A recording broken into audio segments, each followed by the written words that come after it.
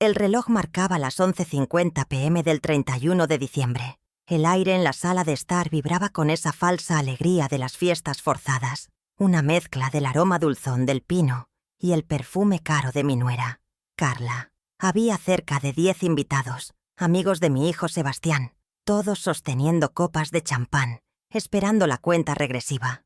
Yo observaba desde mi sillón de siempre, un espectador en mi propia casa. Sobre la mesa de centro, junto a una bandeja de canapés intactos, reposaba una carpeta, azul con un logo que se había vuelto ominoso para mí.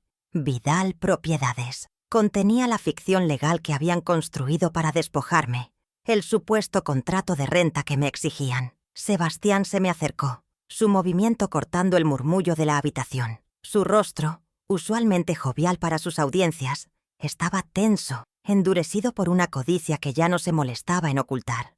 Mauricio Vidal, el gestor inmobiliario que orquestó el papeleo, lo observaba todo desde un rincón, con una copa en la mano y la neutralidad de un mercenario. Mi hijo se paró frente a mí, su sombra cubriéndome por completo. El silencio se esparció como una mancha de vino sobre un mantel blanco. Todos los ojos se posaron en nosotros, intuyendo el drama que estaba a punto de estallar y arruinarles la noche. «Mamá, ya es el último día». Su voz fue un latigazo, fuerte y clara para que todos escucharan.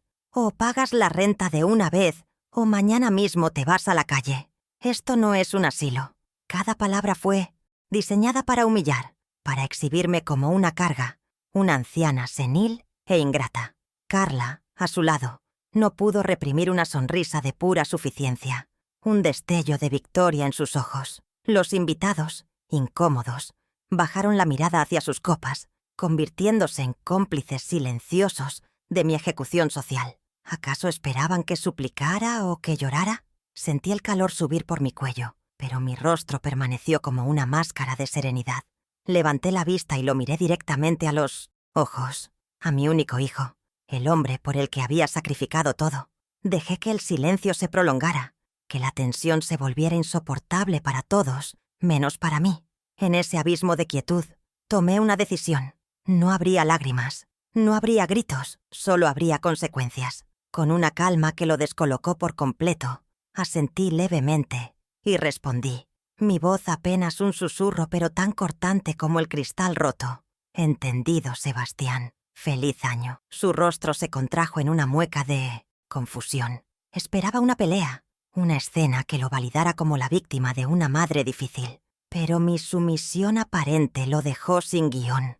Los invitados comenzaron a murmurar entre ellos, ansiosos porque el reloj diera las 12 y pudieran escapar de esa atmósfera irrespirable. Vi a Carla susurrarle algo a Sebastián, probablemente una queja por no haber logrado una explosión mayor de mi parte. Pero ella no entendía.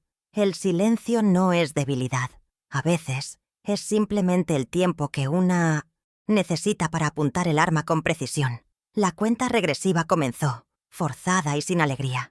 5, 4, 3, 2, 1. ¡Feliz año nuevo! Hubo un coro desganado, un choque de copas y abrazos apresurados. Nadie se acercó a mí. Me quedé en mi sillón, una isla de quietud en medio de la celebración fallida.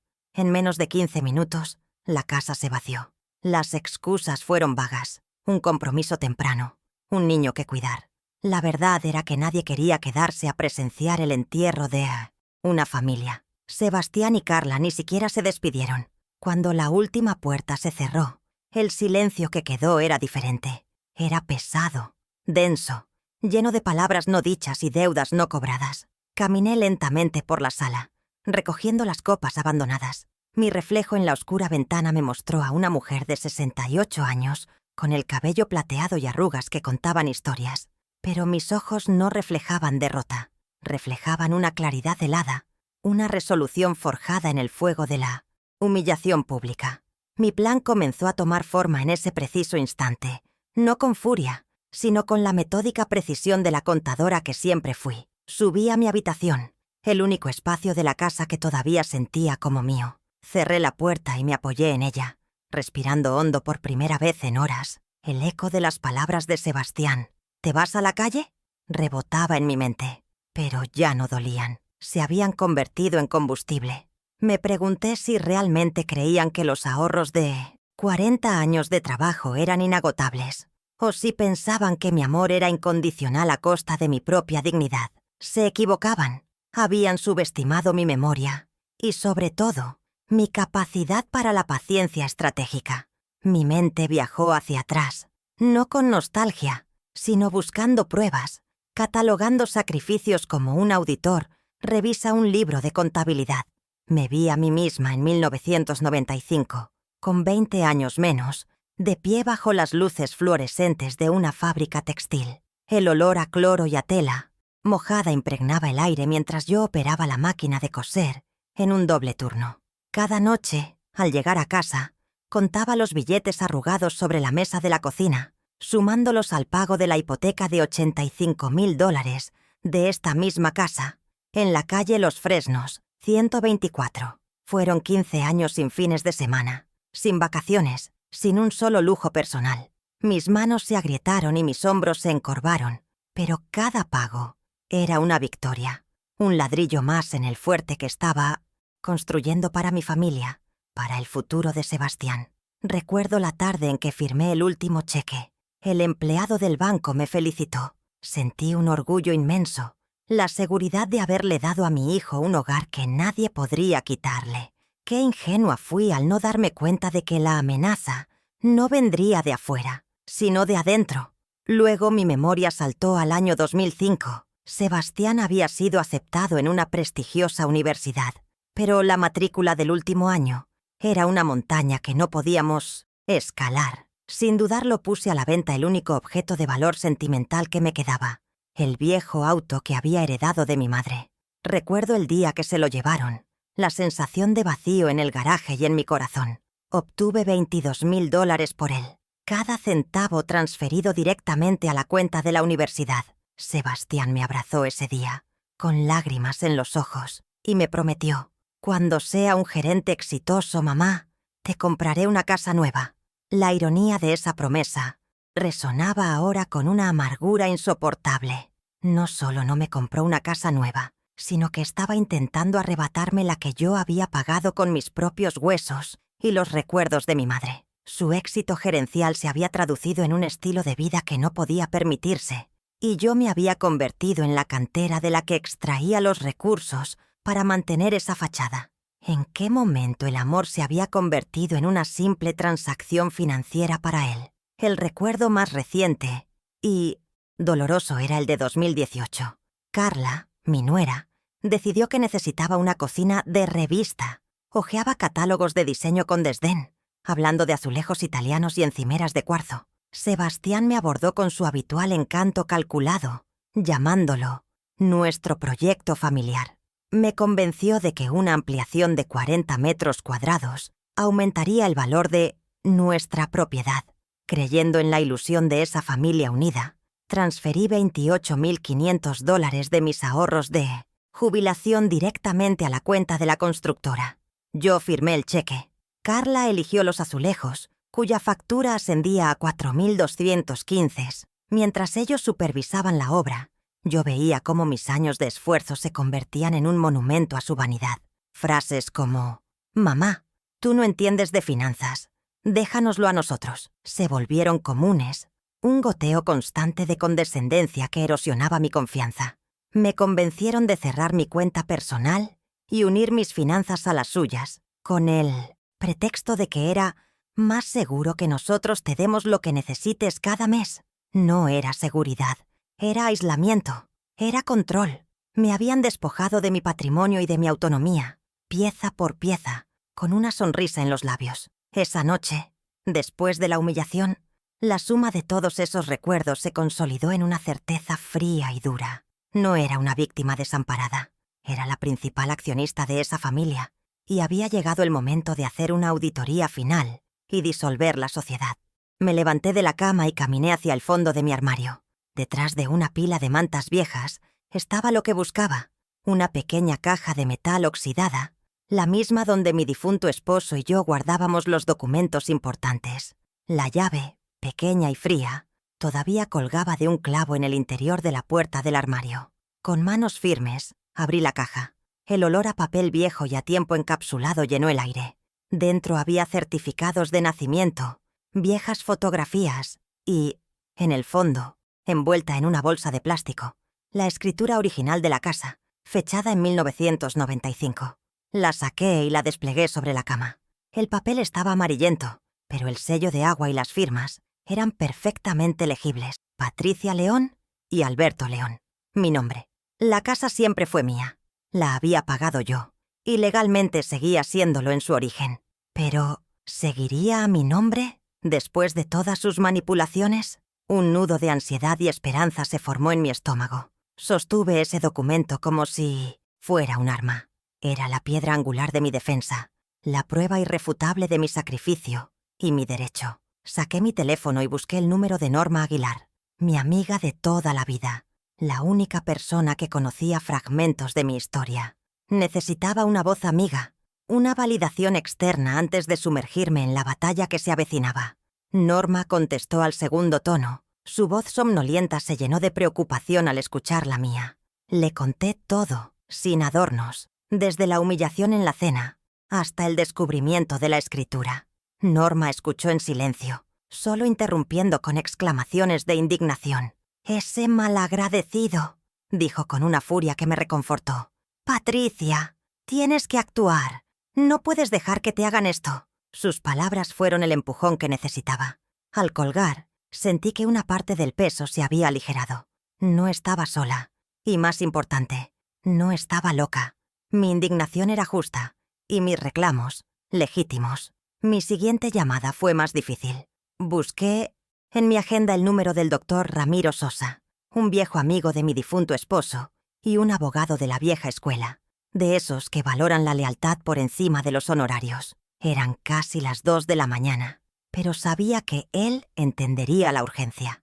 Le expliqué la situación de la manera más concisa posible. Su voz, grave y serena, me transmitió una calma inmediata. «Patricia, no hagas nada más. No hables con ellos. El lunes, a las 9 en punto. Te espero en mi despacho. Trae esa escritura y cualquier otro papel que tengas. Vamos a ver qué han hecho estos muchachos». El lunes 2 de enero, a las 8:45 am, estaba sentada en la elegante sala de espera de Sosa y Asociados. El despacho ocupaba un piso entero de un edificio céntrico, con vistas panorámicas de la ciudad. El contraste con la fábrica textil donde había empezado todo era abrumador. Llevaba la escritura original en mi bolso, protegida en un sobre rígido. Me sentía como una espía en territorio enemigo, pero la determinación había reemplazado al miedo.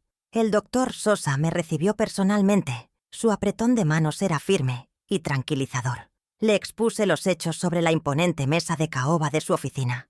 Coloqué la escritura de 1995 frente a él. La examinó con una lupa, asintiendo lentamente. «Este es un buen comienzo, Patricia. Un muy buen comienzo», dijo. «Pero necesito saber el estado actual de la propiedad en el registro público.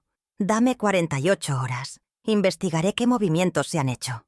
Mientras tanto, necesito que vayas a tu banco y pidas extractos impresos de los últimos 5 años. Busca específicamente la transferencia para la remodelación. Necesitamos un rastro de papel impecable». Salí de su despacho con un propósito claro. Por primera vez en años, sentía que tenía el control de mi vida. El martes por la mañana, me dirigí al Banco Nacional. La fila era larga y el aire acondicionado demasiado frío, pero esperé con una paciencia férrea. Cuando llegó mi turno, solicité los extractos, con una voz firme que no reconocí como mía. El empleado, un joven aburrido, me entregó un fajo de papeles. Allí estaba, en blanco y negro, con fecha de marzo de 2018, una transferencia de $28.500 desde mi cuenta de jubilación a Constructora Solís. Resalté la línea con un marcador amarillo. Mi jubilación había construido su lujo. La espera de las siguientes 24 horas fue la más larga de mi vida. Intenté mantenerme ocupada en la casa, pero cada rincón me recordaba la traición. La cocina, de diseño italiano, se sentía como una jaula dorada. El jardín, que antes era mi refugio, ahora parecía el patio de una prisión. Evité a Sebastián y a Carla, moviéndome por la casa como un fantasma. Ellos Absortos en su victoria, apenas notaron mi presencia silenciosa, lo cual fue una ventaja táctica invaluable. No sospechaban absolutamente nada. El miércoles, a las 4 de la tarde, sonó mi teléfono. Era el doctor Sosa. Su tono era grave. Patricia, tengo noticias, y no son buenas. Tal como sospechábamos. En 2019 te hicieron firmar una transferencia de dominio. La casa está a nombre de Sebastián. Pero eso no es todo. También te hicieron firmar un contrato de comodato, un préstamo de uso de tu propia casa a su favor. Básicamente, te convirtieron en una inquilina precaria en tu propio hogar. Es un documento fraudulento, diseñado para ser revocado en cualquier momento. Un frío glacial me recorrió la espalda. Recordé un día en que Sebastián me había puesto una pila de papeles para firmar, diciendo que eran para actualizar los impuestos de la propiedad. Confié en él. Firmé mi propia trampa por confiar ciegamente en mi hijo. El doctor Sosa, sin embargo, no sonaba derrotado. Hay vicio de consentimiento y abuso de confianza, Patricia. Podemos anularlo, pero para fortalecer nuestro caso, necesitamos una prueba irrefutable de su intención. Necesito que obtengas una confesión. Grábalo. Esa noche mi corazón latía con fuerza mientras me preparaba para la llamada. Abrí la aplicación de grabación de mi celular y la puse en modo de espera. Respiré hondo y marqué el número de Sebastián. Atendió al tercer tono, su voz teñida de impaciencia. «Mamá, ¿qué pasa? Estoy ocupado». Con una voz que me esforcé por mantener temblorosa y sumisa, le dije que quería entender las condiciones de la renta para ver si podía conseguir el dinero. Era el cebo perfecto para su arrogancia. Sebastián mordió el anzuelo. Su tono se volvió condescendiente, casi paternalista. «Mira, mamá, es simple. Pagas o te vas. No hay mucho que entender». Entonces presioné un poco más. «Pero, ¿y todo el dinero que puse para la remodelación? ¿Eso no cuenta como una inversión?» Pude casi oír su sonrisa de suficiencia a través del teléfono. «Mamá, ese dinero de la reforma fue un regalo, no una inversión. Legalmente no puedes reclamar nada. La casa está a mi nombre ahora. Supéralo». Fueron las palabras mágicas, las palabras que sellaron su destino. «Entiendo», le dije suavemente. «Gracias por aclararlo, hijo». Colgué el teléfono y mis manos temblaban, pero no de miedo, sino de una extraña euforia. Reproduje la grabación. Su voz, clara y arrogante, llenó el silencio de mi habitación. Era la prueba perfecta. Su propia voz era su sentencia. Guardé el archivo de audio y se lo envié inmediatamente por correo electrónico al doctor Sosa, con el asunto: prueba final. La maquinaria de la justicia, lenta pero implacable, se había puesto en marcha. El jueves fue un día de silencio estratégico. No hubo comunicación. Sebastián y Carla probablemente pensaron que yo estaba buscando un asilo o pidiendo dinero prestado a mis amigas. La ignorancia de mis adversarios era mi mejor aliada. El viernes por la tarde, el doctor Sosa me llamó para confirmar que había recibido el audio y que era más que suficiente. Me informó del siguiente y último paso de nuestro plan silencioso. A las 5 en punto de hoy, un mensajero entregará 3 notificaciones extrajudiciales certificadas, me explicó. Una para Sebastián, una para Carla y una para Mauricio Vidal. En ellas se les citaba a una reunión conciliatoria de urgencia para el sábado a las 10 de la mañana en su despacho. El lenguaje era formal y amenazante, diseñado para generar incertidumbre y evitar que pudieran coordinar una defensa sólida. «No podrán negarse a asistir», aseguró el doctor Sosa. La trampa estaba puesta. Mañana, Patricia, todo cambiaría. Colgué el teléfono y miré por la ventana. El sol de la tarde se ponía, tiñendo el cielo, de tonos anaranjados y púrpuras. Era la calma antes de la tormenta. El sábado por la mañana me vestí con un cuidado que no había tenido en años. Elegí un traje sastre de color gris oscuro, sobrio y profesional. No era la madre frágil que ellos esperaban ver, sino la contadora jubilada que iba a presentar su balance final.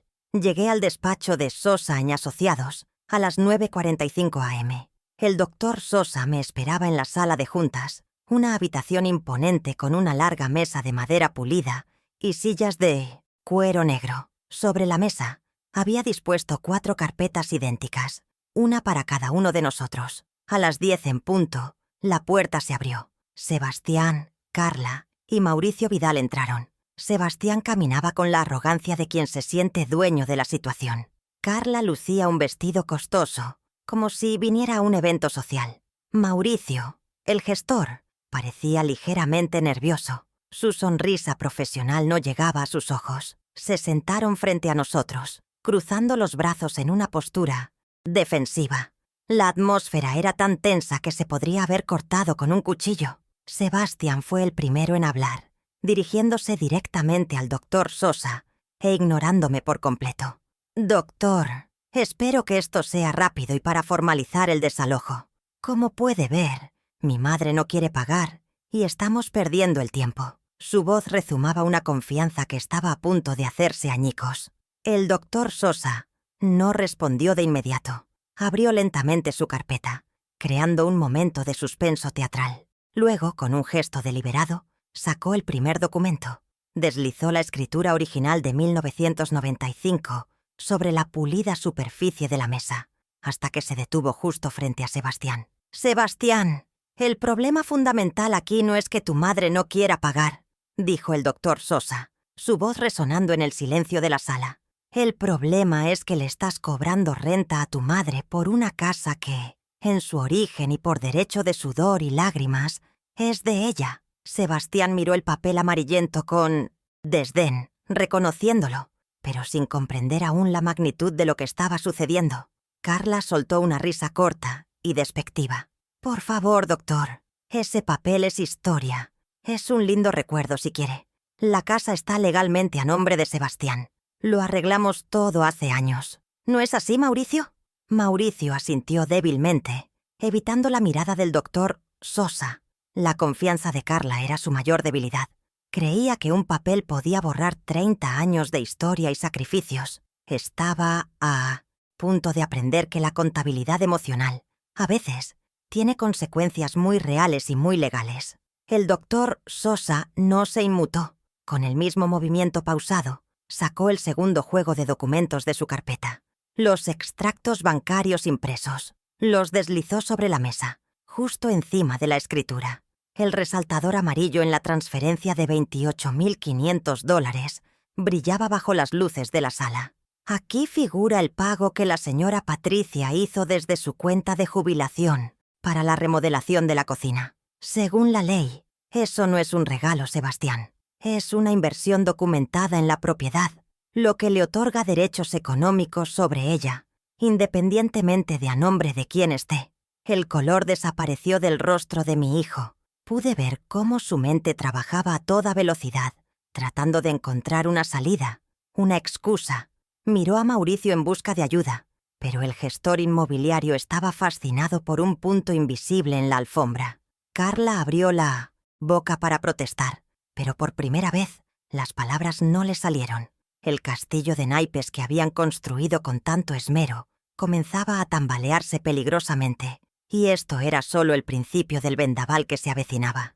Y entonces, el doctor Sosa ejecutó el golpe de gracia. Sacó un pequeño altavoz Bluetooth y lo colocó en el centro de la mesa. Presionó un botón en su celular. La voz de Sebastián, mi hijo, llenó el silencio sepulcral de la sala de juntas, nítida y brutalmente clara.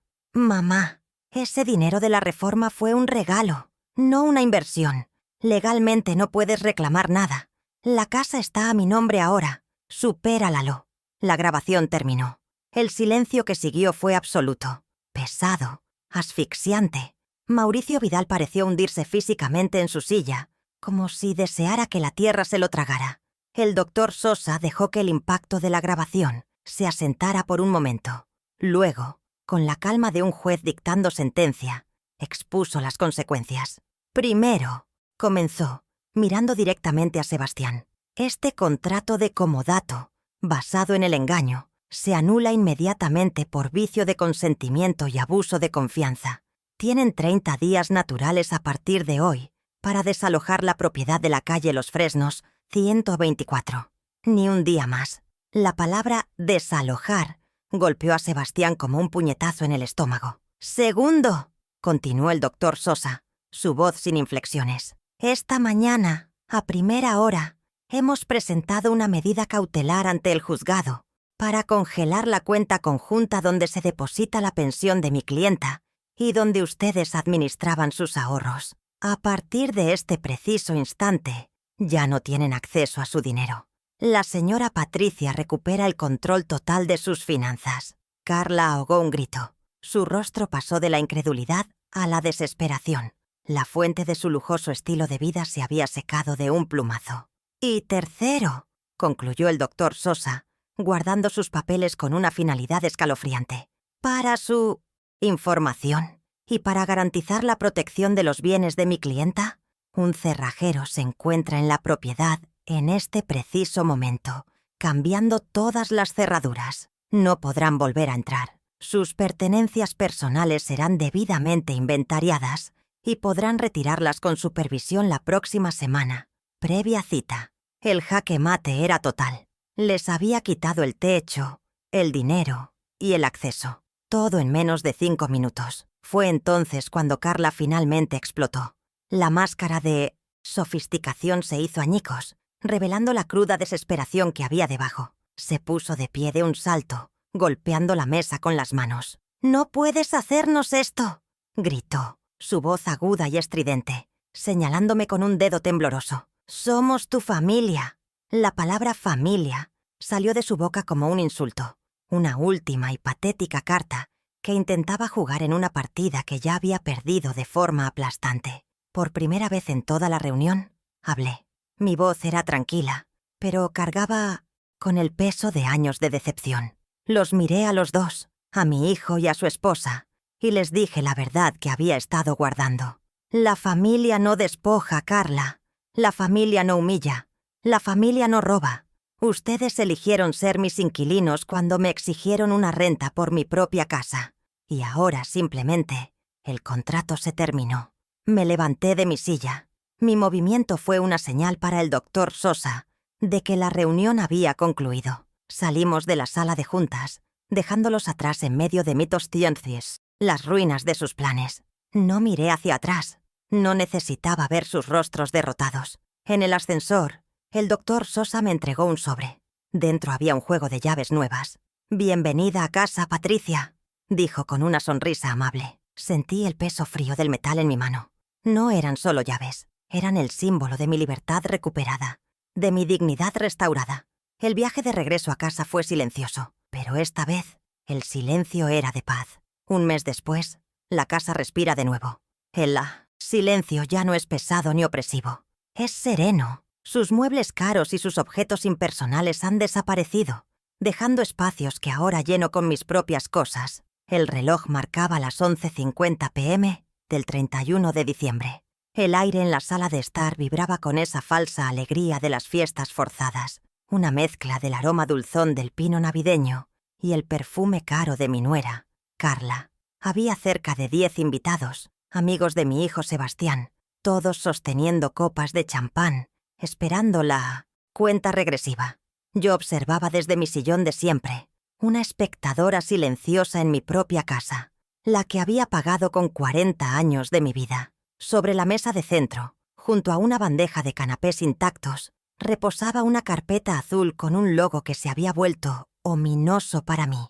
Vidal Propiedades. Contenía la ficción legal que habían construido para despojarme, el supuesto contrato de renta que me exigían firmar o pagar. Sebastián se me acercó, su movimiento cortando el murmullo de la habitación como un cuchillo afilado. Su rostro, usualmente jovial para sus audiencias de ventas, estaba tenso, endurecido por una codicia que ya no se molestaba en ocultar. Mauricio Vidal, el gestor inmobiliario que orquestó el papeleo, lo observaba todo desde un rincón, con una copa en la mano y la neutralidad de un mercenario que solo espera su paga. Mi hijo se paró frente a mí, su sombra de casi 1,80 m cubriéndome por completo. Un eclipse deliberado. El silencio se esparció como una mancha de vino sobre un mantel blanco. Todos los ojos, antes festivos, se posaron en nosotros, intuyendo el drama que estaba a punto de estallar y arruinarles la noche. «Mamá, ya es el último día». Su voz fue un latigazo. fuerte y clara para que todos escucharan. O pagas la renta de una vez o mañana mismo te vas a la calle. Esto no es un asilo. Cada palabra fue diseñada para humillar, para exhibirme como una carga, una anciana senil e ingrata, que abusaba de su generosidad. Carla, a su lado, no pudo reprimir una sonrisa de pura suficiencia, un destello de victoria en sus ojos, mientras ajustaba su vestido de seda. Los invitados, visiblemente incómodos, bajaron la mirada hacia sus copas, convirtiéndose en cómplices silenciosos de mi ejecución social. ¿Acaso esperaban que suplicara o que llorara? ¿Qué clase de espectáculo les había prometido mi hijo para el fin de año? Sentí el calor subir por mi cuello, una oleada de furia helada, pero mi rostro permaneció como una máscara de serenidad. Levanté la vista y lo miré directamente a los ojos, a mi único hijo, el hombre por el que había sacrificado todo. Dejé que el silencio se prolongara, que la tensión se volviera insoportable para todos, menos para mí. En ese abismo de quietud, donde ellos esperaban mi quiebre, tomé una decisión. No habría lágrimas, no habría gritos, solo habría consecuencias. Con una calma que lo descolocó por completo, asentí levemente y respondí, mi voz apenas un susurro pero tan cortante como el cristal roto. «Entendido, Sebastián. Feliz año». Su rostro se contrajo en una mueca de confusión. Esperaba una pelea, una escena que lo validara como la víctima de una madre difícil, el héroe que intentaba poner orden en su propia casa. Pero mi sumisión aparente lo dejó sin guión, sin el siguiente acto de su drama. Los invitados comenzaron a murmurar entre ellos, ansiosos porque el reloj diera las 12 y pudieran escapar de esa atmósfera irrespirable que mi hijo había creado. Vi a Carla susurrarle algo a Sebastián, probablemente una queja por no haber logrado una explosión mayor de mi parte, pero ella no entendía. El silencio no es debilidad. A veces es simplemente el tiempo que una necesita para apuntar el arma con precisión milimétrica. La cuenta regresiva comenzó, forzada y sin alegría. 5, 4, 3, 2, 1. ¡Feliz año nuevo! Hubo un coro desganado, un choque de copas y abrazos apresurados. Nadie se acercó a mí. Me quedé en mi sillón, una isla de quietud, en medio de la celebración fallida. En menos de 15 minutos, la casa se vació. Las excusas fueron vagas. Un compromiso temprano, un niño que cuidar.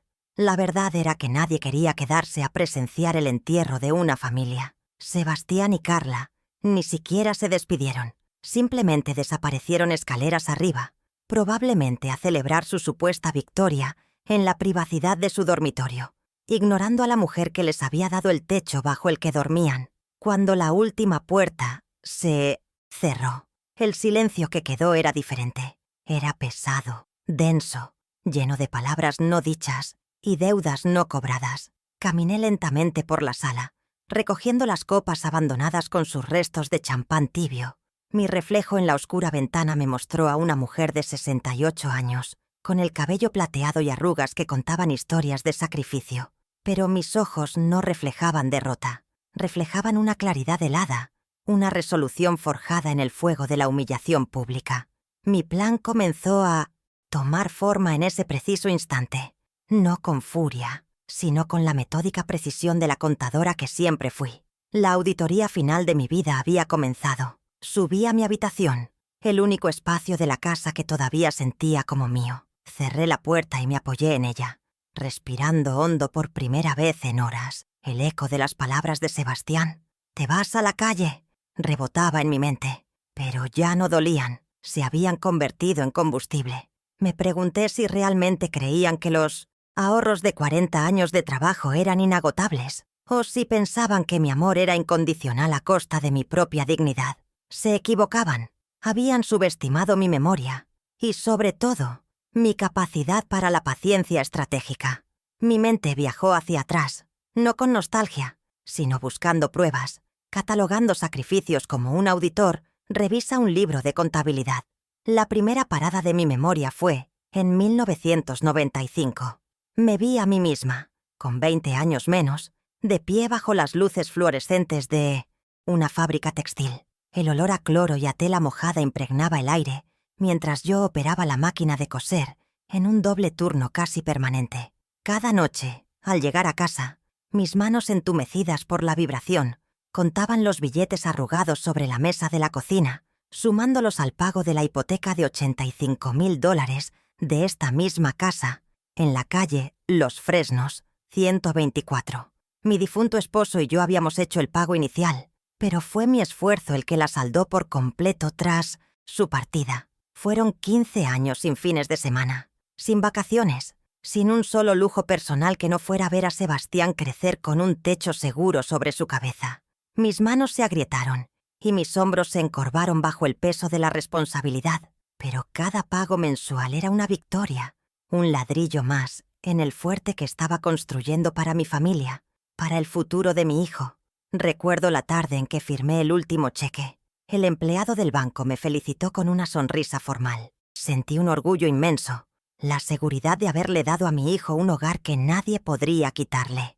Qué ingenua fui al no darme cuenta de que la amenaza no vendría de afuera, sino de adentro. Luego, mi memoria saltó al año 2005. Sebastián había sido aceptado en una prestigiosa universidad, pero la matrícula del último año era una montaña de $22,000 que no podíamos escalar. Sin dudarlo, puse a la venta el único objeto de valor sentimental que me quedaba, el viejo auto que había heredado de mi madre, un sedán de los años 70 que apenas usaba, pero que guardaba el perfume de su recuerdo. Recuerdo el día que se lo llevaron, la sensación de vacío en el garaje y en mi corazón. Obtuve cada centavo de esos $22,000 transferidos directamente a la cuenta de la universidad para asegurar su graduación. Sebastián me abrazó ese día, con lágrimas genuinas en los ojos, y me prometió algo que ahora sonaba como una burla cruel. Cuando sea un gerente exitoso, mamá, te compraré una casa nueva, la más bonita de todas. La ironía de esa promesa resonaba ahora con una amargura insoportable. No solo no me compró una casa nueva, sino que estaba intentando arrebatarme la que yo había pagado con mis propios huesos y con los recuerdos de mi madre. Su éxito gerencial se había traducido en un estilo de vida que no podía permitirse, y yo me había convertido en la cantera de la que extraía los recursos para mantener esa frágil fachada de opulencia. El recuerdo más reciente y doloroso era el de 2018. Carla, mi nuera, decidió que necesitaba una cocina de revista. Hojeaba catálogos de diseño con desdén, hablando de azulejos italianos y encimeras de cuarzo como si fueran necesidades básicas. Sebastián me abordó con su habitual encanto calculado, llamándolo nuestro proyecto familiar. Me convenció de que una ampliación de 40 metros cuadrados aumentaría el valor de nuestra propiedad, creyendo en la ilusión de esa familia unida que él pintaba con tanto esmero.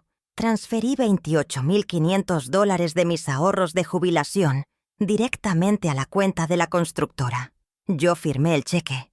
Carla eligió los azulejos, cuya factura ascendía a unos exorbitantes $4,215. Mientras ellos supervisaban la obra con aires de arquitectos, yo veía cómo mis años de esfuerzo se convertían en un monumento a su vanidad. Frases como «Mamá, tú no entiendes de finanzas.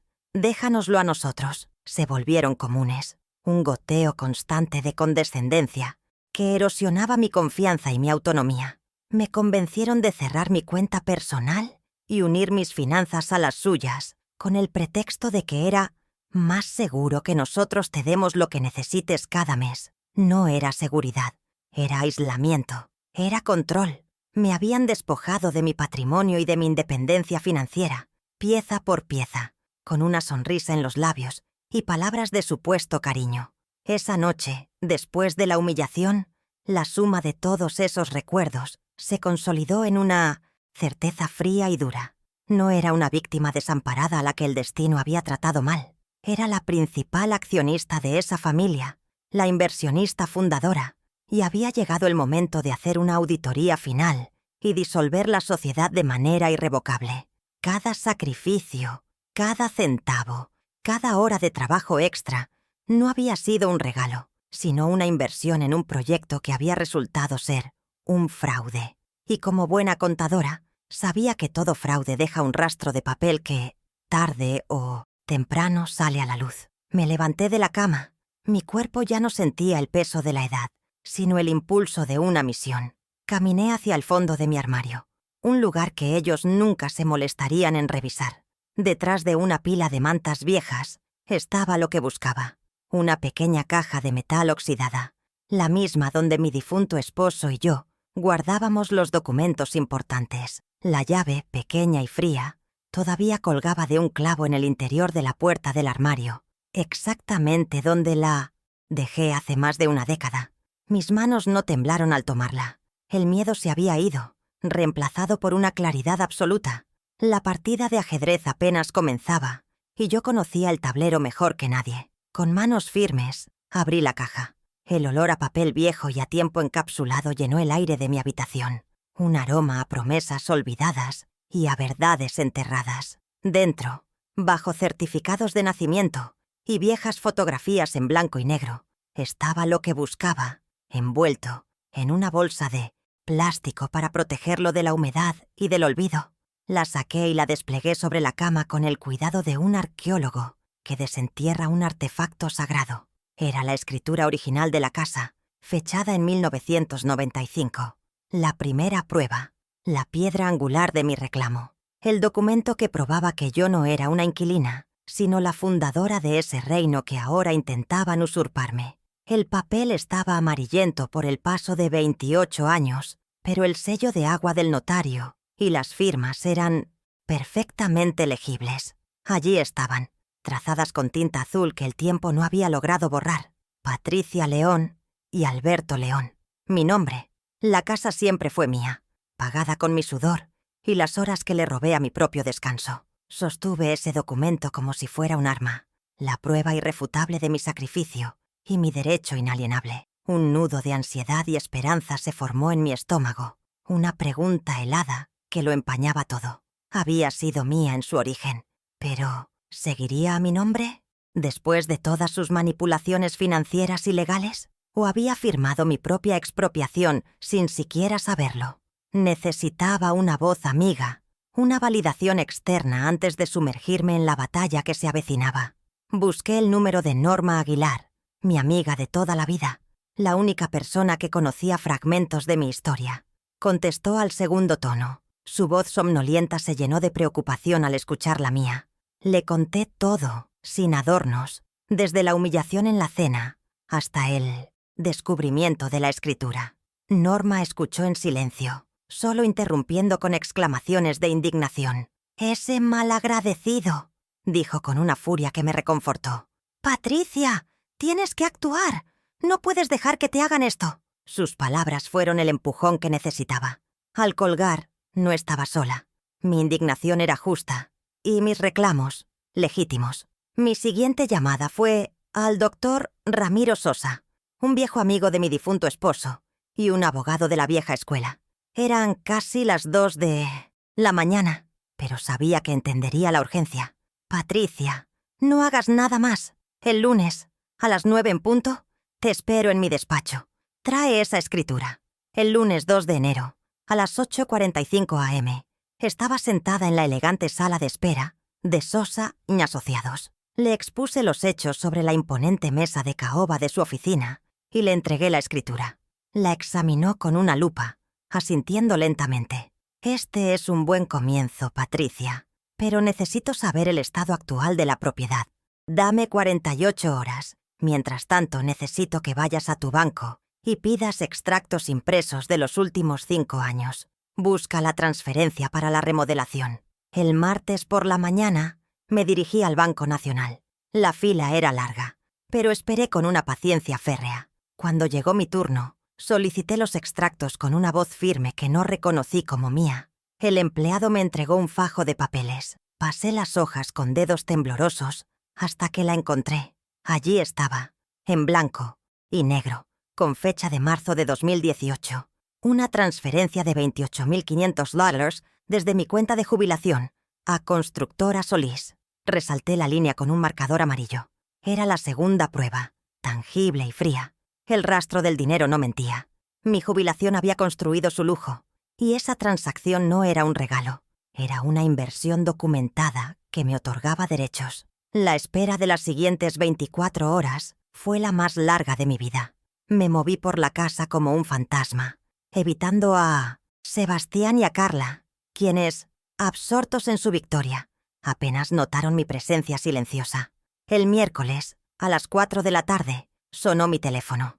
Era el doctor Sosa. Su tono era grave. «Patricia, tengo noticias. Y no son buenas. Tal como sospechábamos, en 2019 te hicieron firmar una transferencia de dominio. Pero eso no es todo. También te hicieron firmar un contrato de comodato, un préstamo de uso de tu propia casa a su favor. Te convirtieron en una inquilina precaria».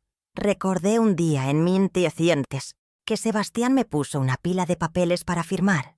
Para actualizar los impuestos, firmé mi propia trampa por confiar ciegamente en mi hijo.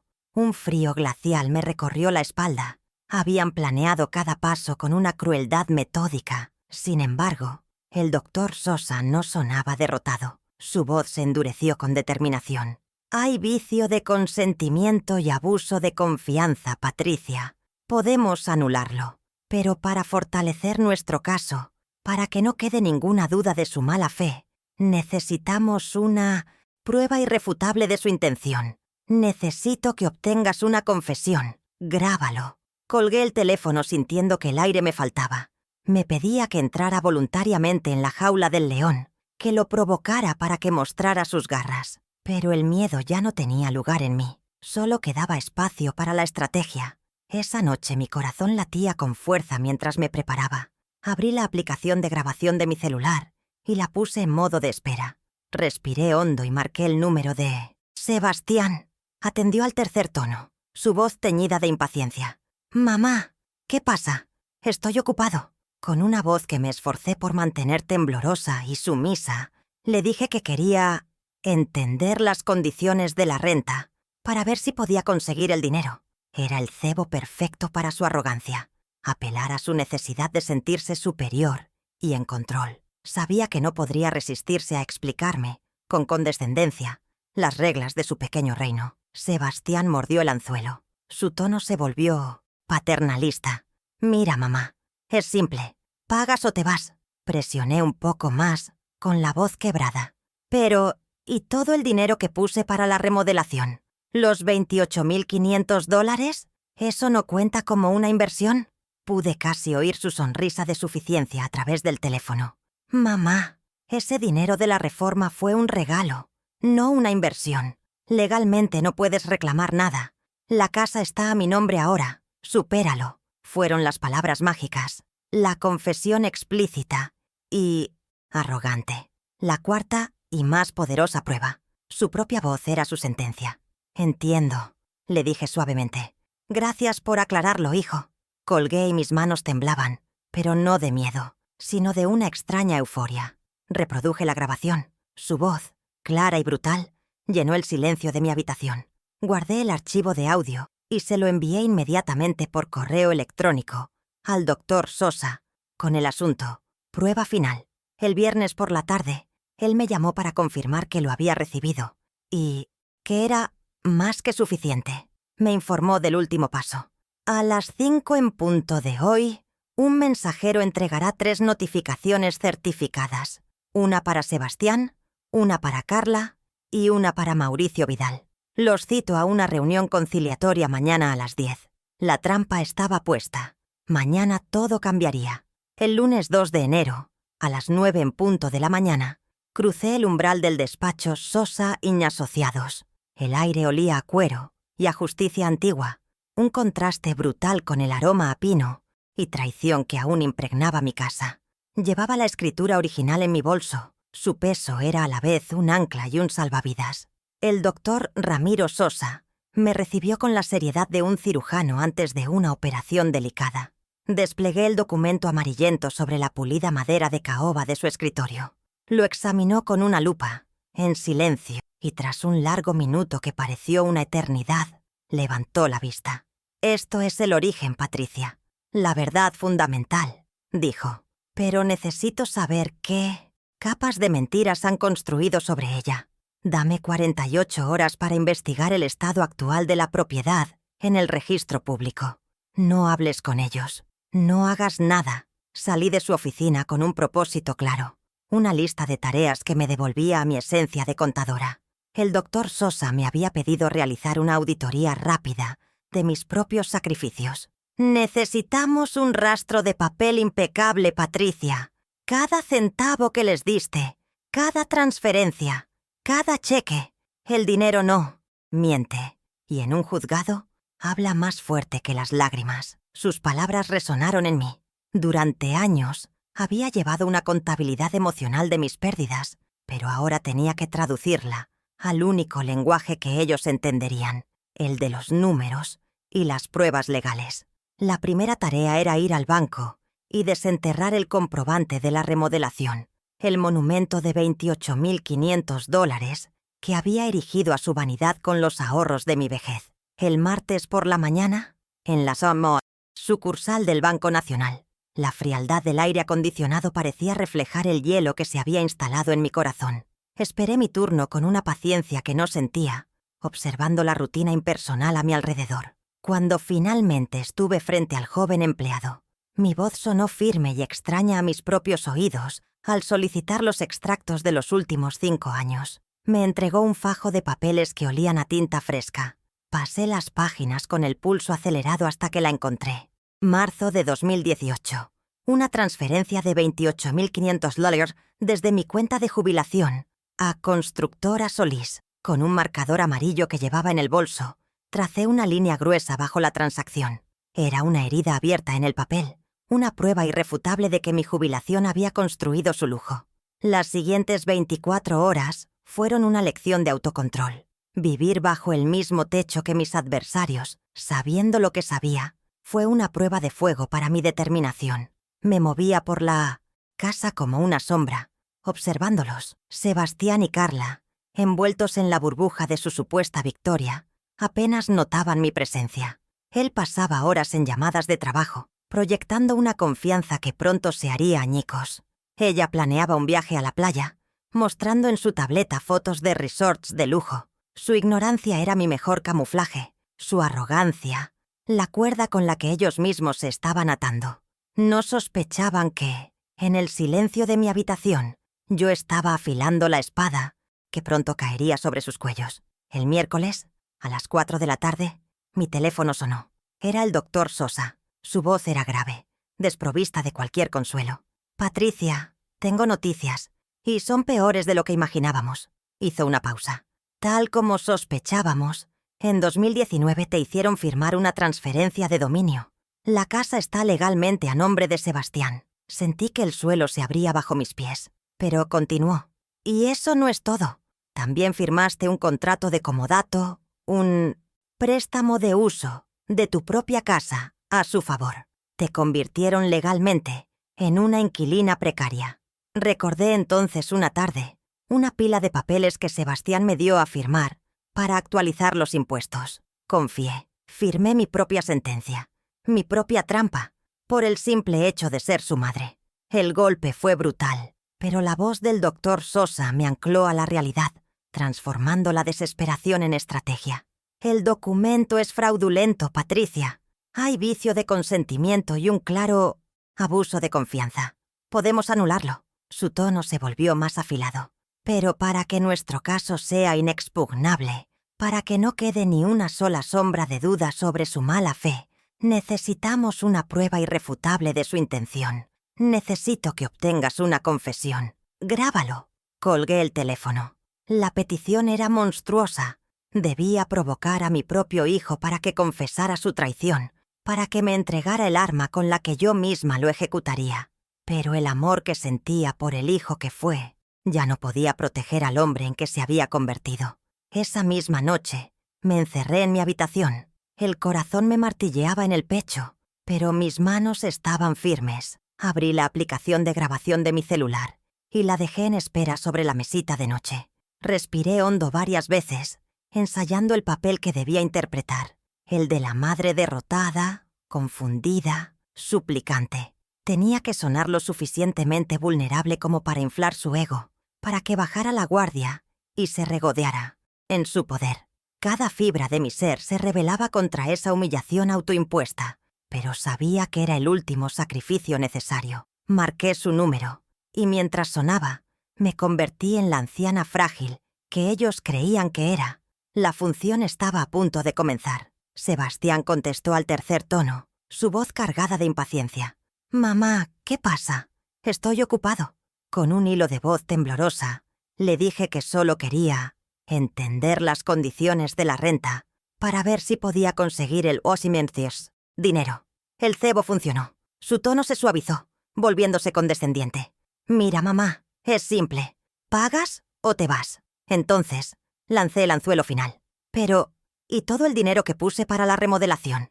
¿Los $28.500? ¿Eso no cuenta como una inversión?» Pude oír su risa sofocada al otro lado de la línea. «Mamá, ese dinero de la reforma fue un regalo, no una inversión.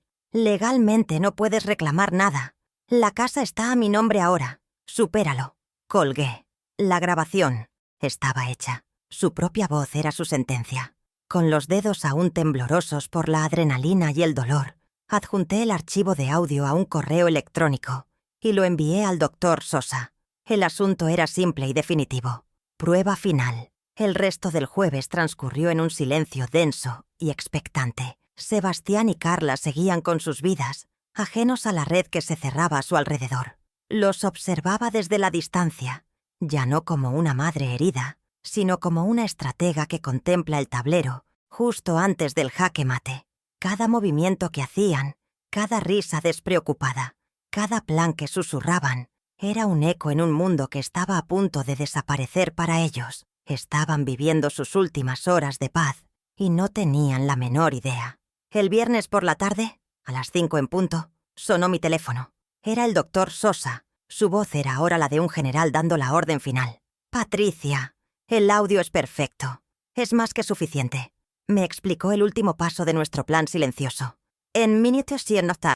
Este preciso momento, un mensajero certificado está entregando 3 notificaciones extrajudiciales. Una para Sebastián, una para Carla y una para Mauricio Vidal. Se les cita a una reunión conciliatoria de urgencia para mañana sábado a las 10 de la mañana en mi despacho».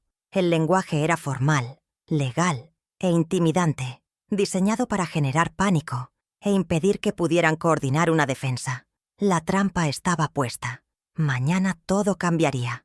El sábado por la mañana me vestí con un cuidado que no había tenido en años. Elegí un traje sastre de color gris oscuro, sobrio y profesional. Una armadura de tela que contrastaba con la bata de casa en la que me habían visto durante tanto tiempo.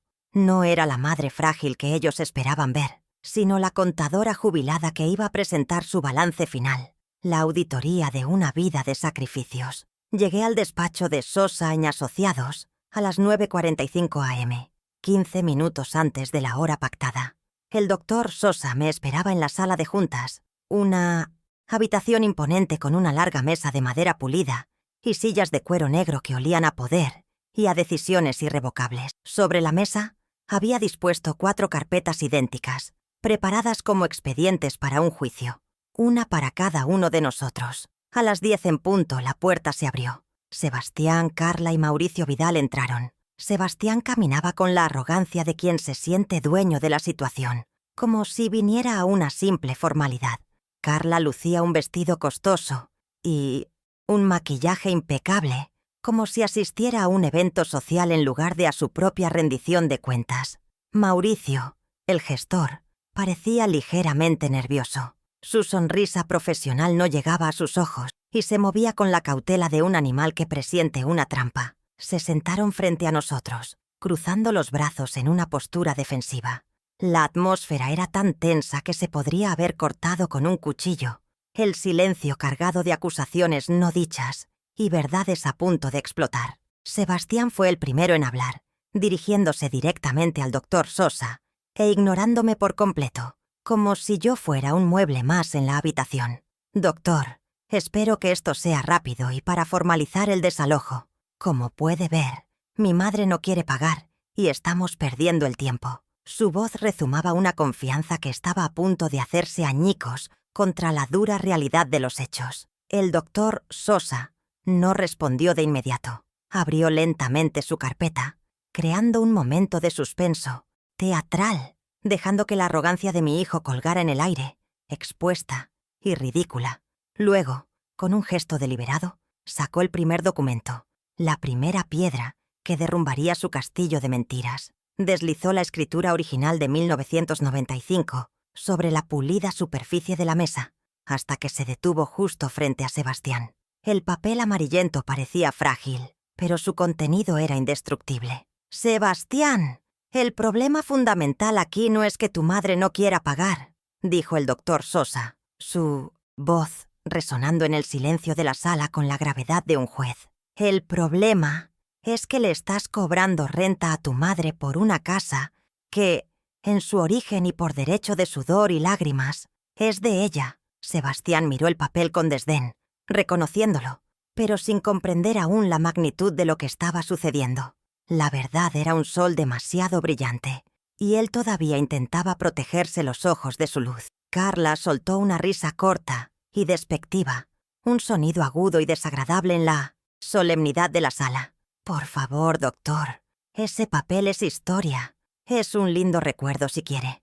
La casa está legalmente a nombre de Sebastián. Lo arreglamos todo hace años para proteger el patrimonio». Se giró hacia Mauricio buscando confirmación.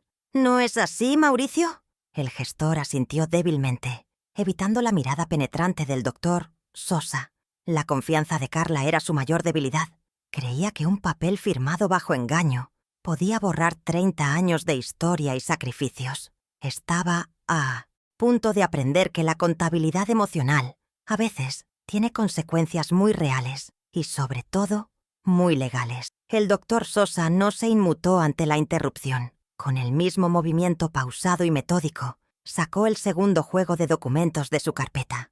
Los extractos bancarios impresos. Los deslizó sobre la mesa, justo encima de la escritura, creando una nueva capa de evidencia.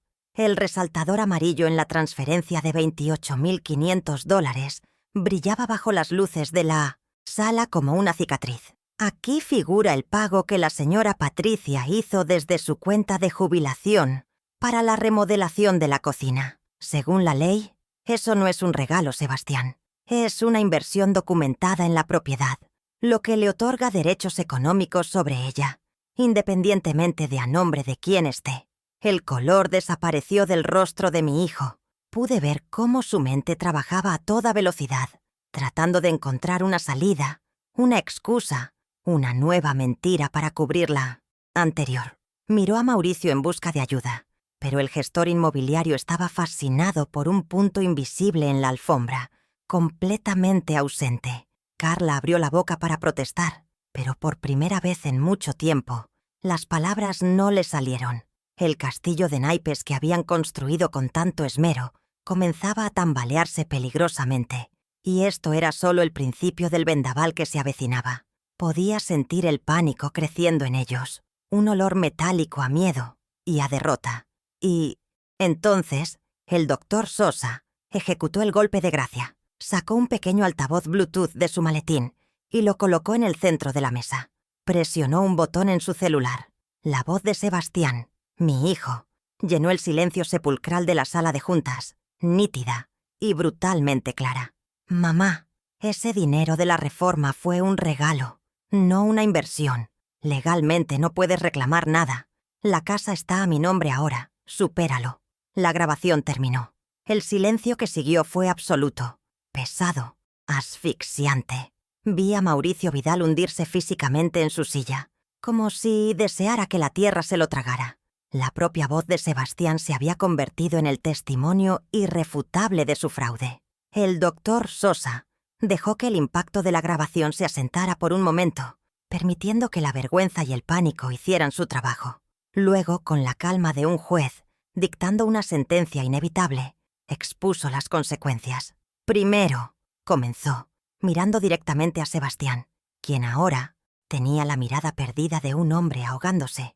«Este contrato de comodato, basado en el engaño, se anula inmediatamente por vicio de consentimiento y abuso de confianza. Tienen 30 días naturales a partir de hoy para desalojar la propiedad de la calle Los Fresnos, 124. Ni un día más». La palabra desalojar, la misma que él me había lanzado con tanta crueldad, ahora se volvía en su contra como un boomerang. «Segundo», continuó el doctor Sosa, su voz sin inflexiones, cada palabra un clavo en el ataúd de sus planes. Esta mañana, a primera hora, hemos presentado una medida cautelar ante el juzgado para congelar la cuenta conjunta donde se deposita la pensión de mi clienta y donde ustedes administraban sus ahorros. A partir de este preciso instante, ya no tienen acceso a su dinero. La señora Patricia recupera el control total de sus finanzas. Carla ahogó un grito sordo, una mezcla de incredulidad y desesperación. Su rostro se descompuso.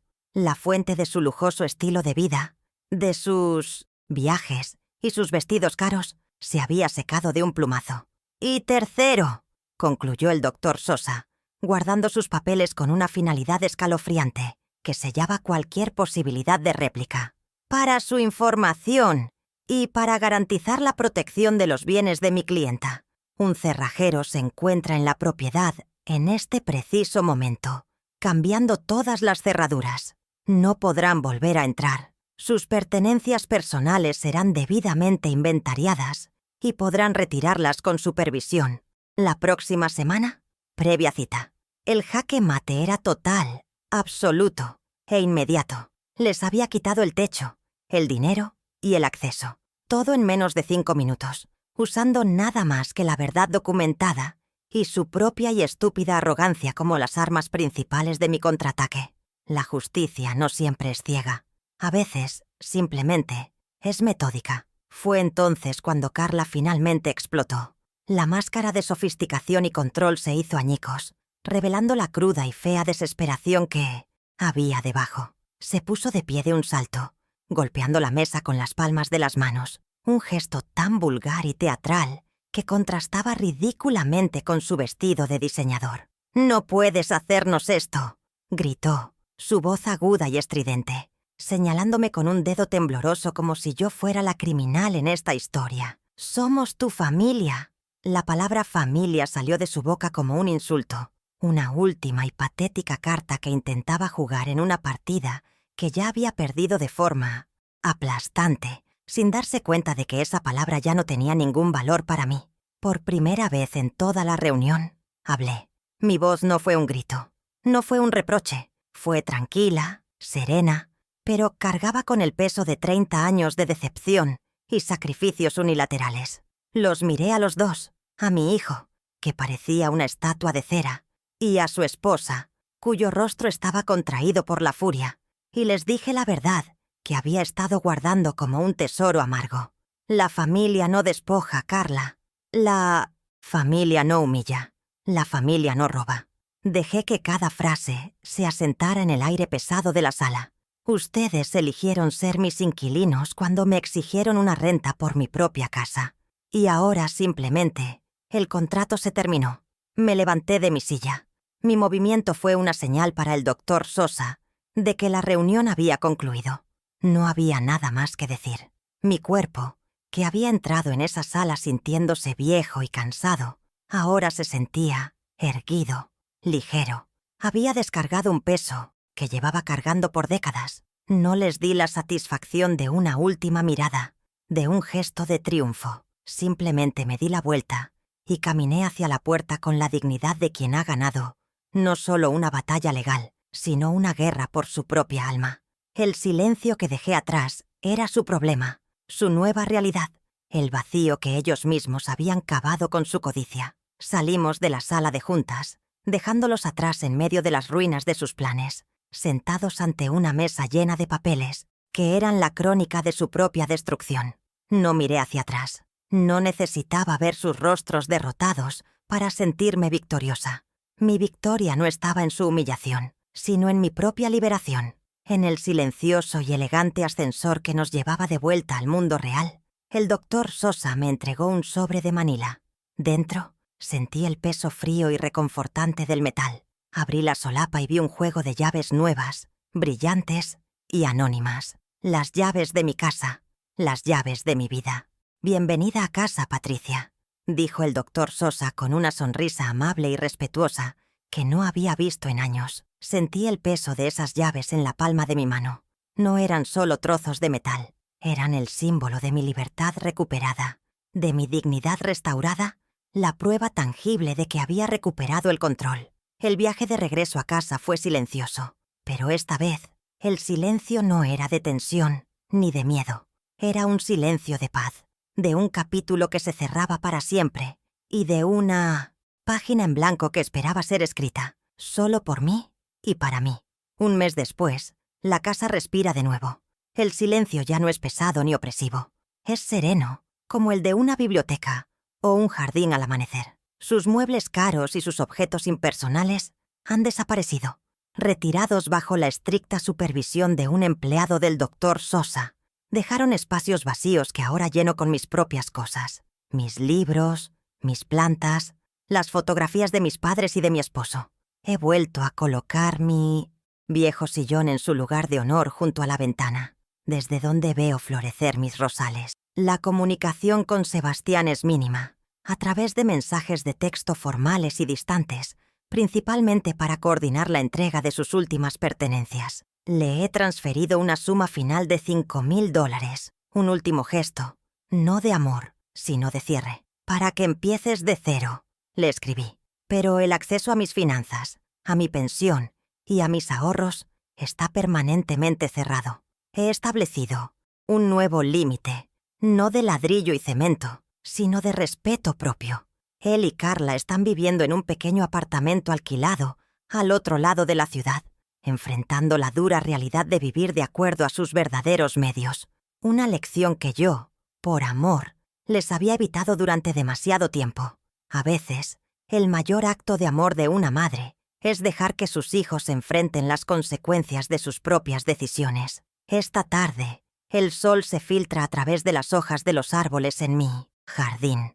Estoy podando mis rosales, sintiendo la textura de las espinas a través de mis guantes, una metáfora perfecta de mi nueva vida, hermosa, pero protegida. Mi nieto Leo, de 16 años, llega de visita. No viene por obligación, ni porque su padre se lo haya pedido. Viene porque quiere. Me trae una pequeña planta de albahaca en una maceta de terracota para la nueva huerta que estoy empezando en el patio trasero. Su presencia es un bálsamo, un recordatorio de que los lazos familiares genuinos no se basan en transacciones, sino en afecto sincero y desinteresado. Preparamos juntos una limonada en la cocina que yo pagué, la misma cocina que fue el epicentro de su codicia. Ahora, sin embargo, se siente mía. El aroma a cuarzo y acero inoxidable ha sido reemplazado por el olor a limón fresco y a la albahaca que Leo trajo. Nos sentamos en el porche trasero, bebiendo nuestra limonada en silencio, viendo cómo las abejas zumban alrededor de las flores. Leo no pregunta por su padre, y yo no ofrezco información. Ambos entendemos que hay heridas que necesitan tiempo y silencio para sanar. Su simple compañía es suficiente. Es la validación de que tomé la decisión correcta, de que protegerme a mí misma no significaba perderlo todo. Miro mi jardín, el trabajo de mis manos, las flores que he cultivado.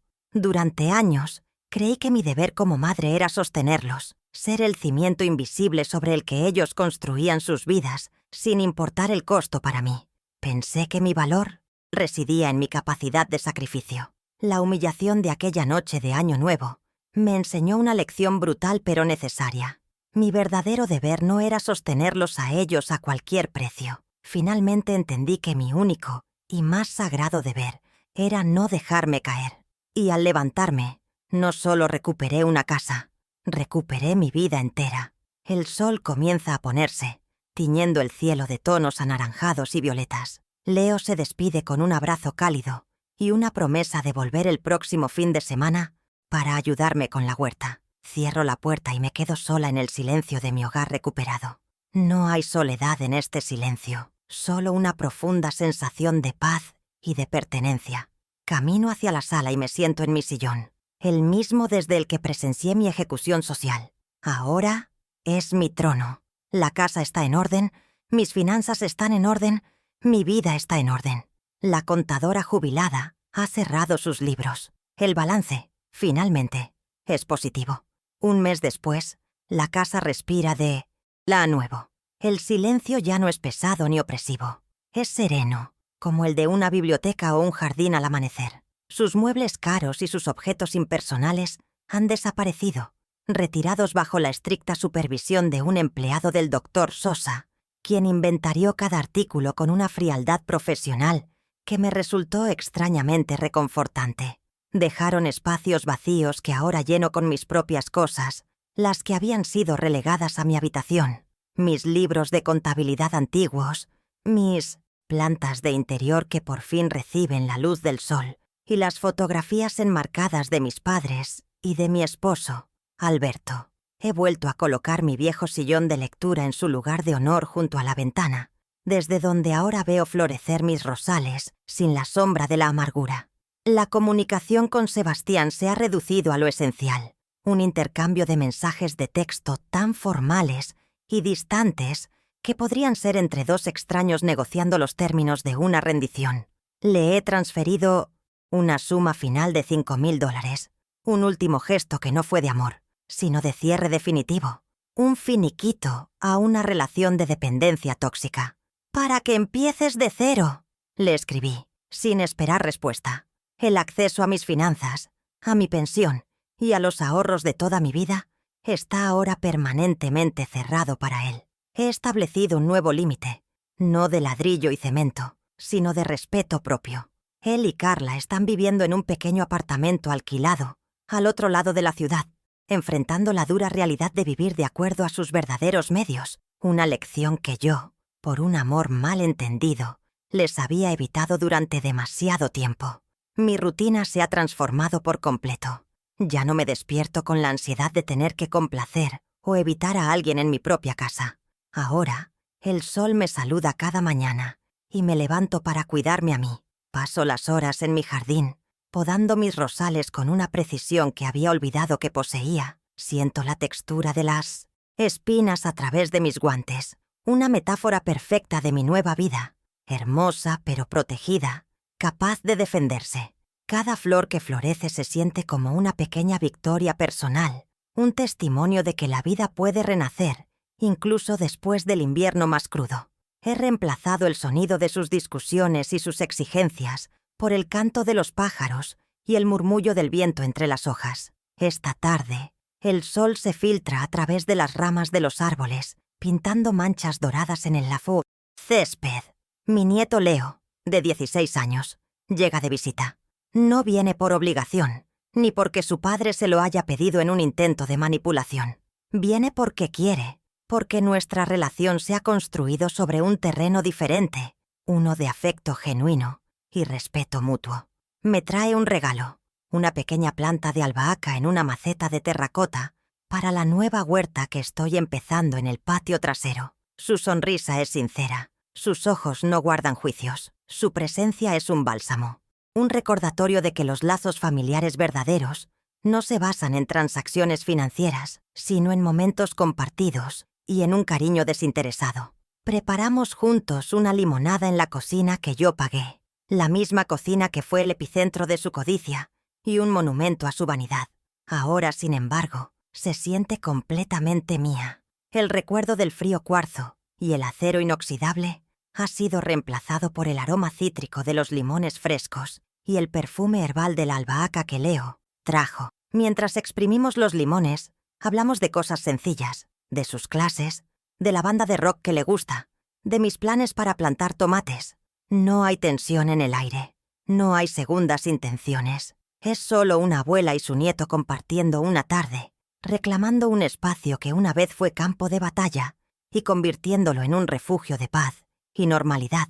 Nos sentamos en el porche trasero, bebiendo nuestra limonada en un silencio cómodo, viendo cómo las abejas zumban alrededor de las flores del jardín.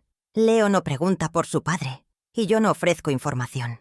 Ambos entendemos, sin necesidad de palabras, que hay heridas que necesitan tiempo y espacio para sanar, y que nuestra relación es un santuario que no debe ser contaminado con el veneno del pasado. Su simple y tranquila compañía es suficiente. Es la validación más poderosa de que tomé la decisión correcta, de que protegerme a mí misma y poner límites no significaba perderlo todo, sino quedarme con lo que realmente importaba, con lo único que era verdaderamente real. Mientras lo observo hablar sobre sus sueños, entiendo la diferencia fundamental entre el amor que construye y el que consume. El amor que sentía por Sebastián se había convertido en una obligación, un pozo sin fondo de sacrificios que nunca eran suficientes. El afecto que comparto con Leo, en cambio, es un intercambio equitativo de cariño y respeto. No me pide nada más que mi tiempo y mi atención, y yo se los doy con gusto, sin sentir que me estoy vaciando. Proteger mi patrimonio no fue un acto de egoísmo, sino un acto de supervivencia necesario para poder preservar los lazos que sí merecían ser cuidados, las relaciones que me nutrían, en lugar de drenarme hasta la última gota de mi ser. Cuando Leo se despide, me da un abrazo cálido y sincero, un abrazo que no busca nada a cambio. Nos vemos el próximo sábado, abuela. Te ayudo con la huerta, me dice antes de irse. Cierro la puerta y me quedo sola en el silencio de mi hogar. Recuperado. No hay rastro de soledad en este silencio, solo una profunda y arraigada sensación de paz y de pertenencia. Antes, la soledad era un castigo, un aislamiento impuesto por la indiferencia de mi hijo y mi nuera. Ahora, la soledad es una elección, un espacio sagrado para reencontrarme conmigo misma, para escuchar mis propios pensamientos sin el ruido de las expectativas ajenas. Es la libertad en su forma más pura. Camino lentamente hacia la sala de estar y me siento en mi sillón, el mismo desde el que presencié mi ejecución social en aquella noche de Año Nuevo. Pero ya no es el banquillo de los acusados. Ahora es mi trono, el centro de mi pequeño reino reconquistado.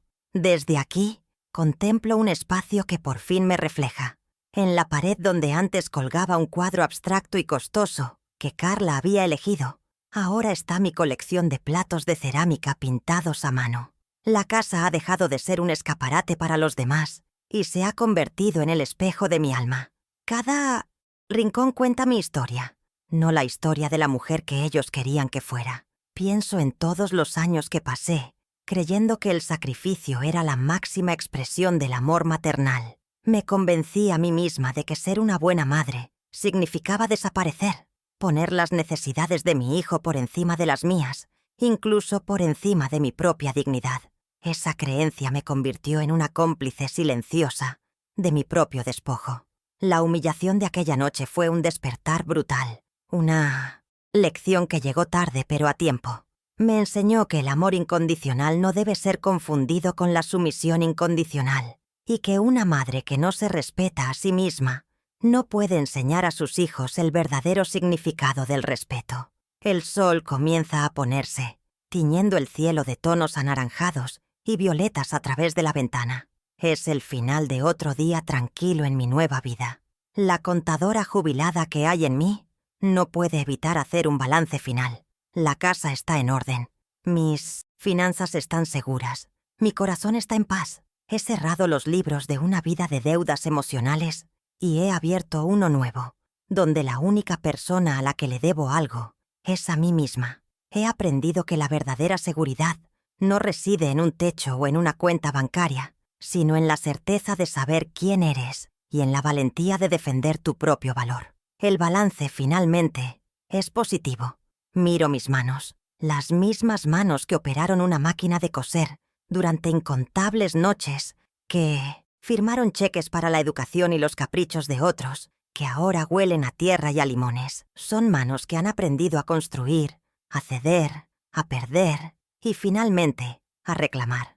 Durante años creí que mi deber como madre era sostenerlos, ser el cimiento invisible sobre el que ellos construían sus vidas, sin importar si me agrietaba en el proceso. Finalmente entendí que mi único y más sagrado deber era no dejarme caer.